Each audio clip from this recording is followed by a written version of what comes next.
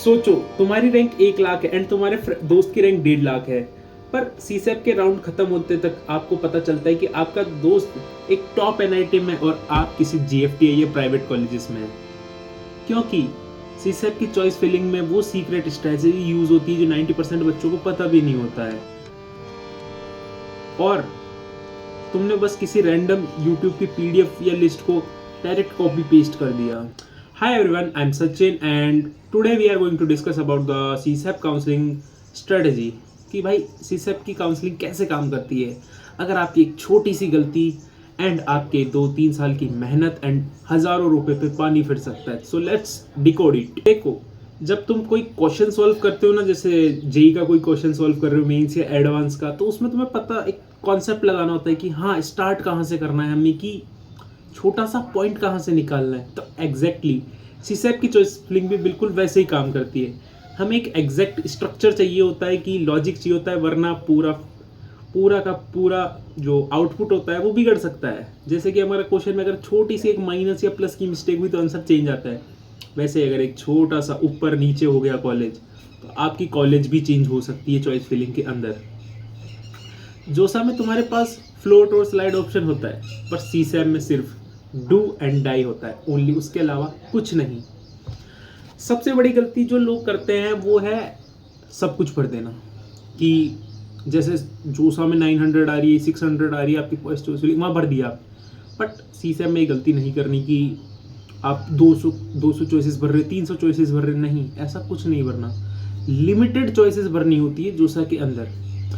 भाई सीसेप में vacancy matrix देखकर लोग अंधाधुन चॉइसेस भर देते हैं। अगर तुम्हें सीसेप में कोई ऐसी सीट मिल गई जो तुम्हें एक्चुअली नहीं चाहिए थी एंड वो बाई चांस वो वैकेंसी की वजह से मिल गई और तुमने रिपोर्ट नहीं किया, तो तुम्हारी हज़ारों की फीस एकदम पानी, लॉस, टोटल लॉस हो जाएगी भाई। रूल नंबर 1, सिर्फ वही ऑप्शन डालो जो तुम्हें चाहिए, और अगर तुम वहाँ जाने के लिए रेडी हो। चॉइस फिलिंग या प्रेफरेंस ऑर्डर क्या होना चाहिए? चॉइस फिलिंग या प्रेफरेंस ऑर्डर क्या होना चाहिए? चलो अब डिस्कस करते हैं हम स्ट्रेटेजी के बारे में, जो सीक्रेट है एकदम।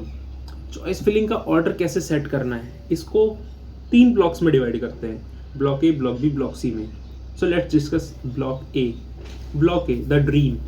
सबसे ऊपर वो एनआईटी जो तुम्हें चाहिए, या तुम्हारा ड्रीम है कि भाई रैंक से थोड़ी बहुत ऊपर है, 50-60 हज़ार या फिर 30-40 हज़ार का कट ऑफ आ गया है, बट तुम्हें ड्रीम है कि यार बाय चांस मिल जाए वो, तो वो रख दो।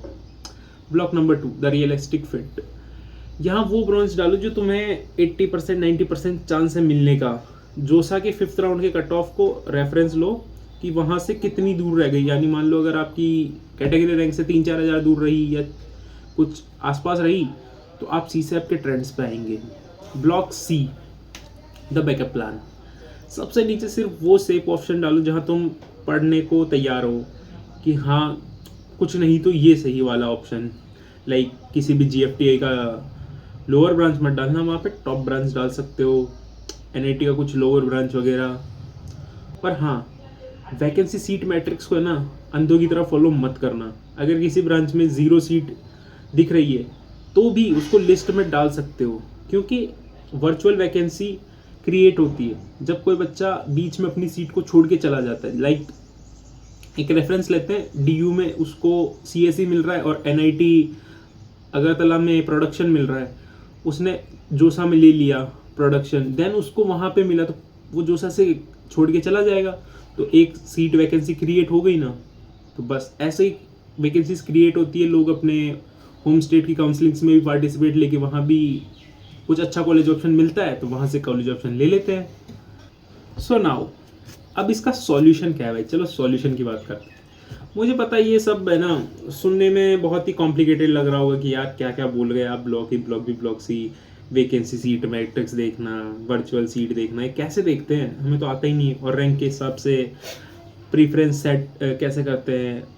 इसीलिए भाई मैंने सोचा यार कि लोग, लास्ट ईयर मैंने भी खुद बहुत स्ट्रगल किया इन चीज़ों के अंदर, तो सोचा मैं खुद तुम्हारी हेल्प करूं।